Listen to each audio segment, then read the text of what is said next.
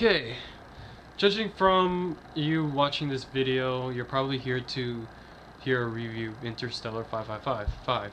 So, to be perfectly honest, I'm not the biggest fan of Daft Punk. Well, I like Daft Punk, alright? But I'm not a fan. Like, I like their music, but I'm not the guy who follows them. But, so, to me, Daft Punk is actually the most they're they're probably the only band that I know that actually has the most movies about their stuff. I know like the Who and Pink Floyd has movies based on albums, but like Daft Punk has I think two, or maybe the other one doesn't count, but they also directed their own movie, which I'll review later, but and also including Tron Legacy, so that's three. So Daft Punk's Interstellar 5555. It's an anime movie, which is actually kind of weird, and it tells the story of blue aliens who are in a famous rock band who get kidnapped by Earth because the evil music producer kidnaps them and disguises them as humans, and they become huge artists so that he can win a gold record. And the twist in this movie, spoilers, alright? Twist in this movie is he needs 5,555 gold records in order to conquer the world. And that's why it's called Interstellar 5555. They're the 5,555th. So that sounds all silly, but the thing that actually helps this movie is that due to Daft Punk's soundtrack, it actually makes the movie not as silly as it sounds, if that makes sense. Like, if there was a regular anime movie with like actual people with dialogue, I don't think it would have worked as well, because this is a very silly premise. All right, you have to admit this doesn't sound like this kind of sounds too silly to be, an actual movie.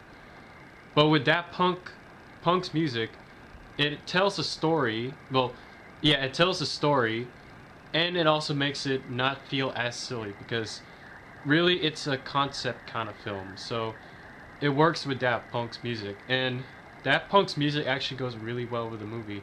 Like, sometimes the music is just like for the background. Like, if there's something suspenseful happening, the music is suspenseful. But some songs do stand out, like, the very intro has One More Time, and it fits because, it's the band doing their very first show in front of the blue people.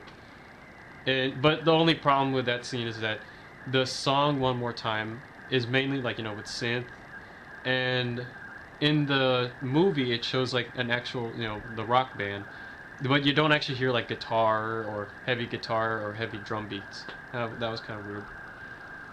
Another song that fit was maybe Harder, Better, Faster, Stronger, and that was because that scene was synchronized with the scene where they were being disguised as human. They're being transformed into Harder, Better, Faster, Stronger, and it actually worked with that scene. And the rest of the soundtrack works, and sometimes it doesn't work. Like, I remember near the end where they're escaping the castle, the music, I expected it to be extremely suspenseful, and I know Daft Punk is capable of making suspenseful music. Just watch Tron Legacy. But for that scene, they chose something that was kind of like cutesy sounding, so it kind of killed it. But overall, Interstellar was not a bad movie. Like, if you like Daft Punk's music, yeah, you'll like it. If you like anime, you'll like this movie. But it is a movie that's not for everyone. I mean, if you don't like anime, then you're not gonna like it. And if you don't like Daft Punk, you're not gonna like it either. If you don't like both, then you're totally screwed. But and also, the combination also doesn't sometimes work if you like either of them, because the movie, if you don't like AMVs, this movie has a very AMV kind of feel to it. Like, imagine an AMV created by like actual experts, and they actually license the AMV and the song. I mean, the anime and the song. That's what the movie feels like to some people. Like, it feels like a 1 hour long AMV. But But if you get past that and you see it as a movie, like it is a very good movie if you like this kind of stuff.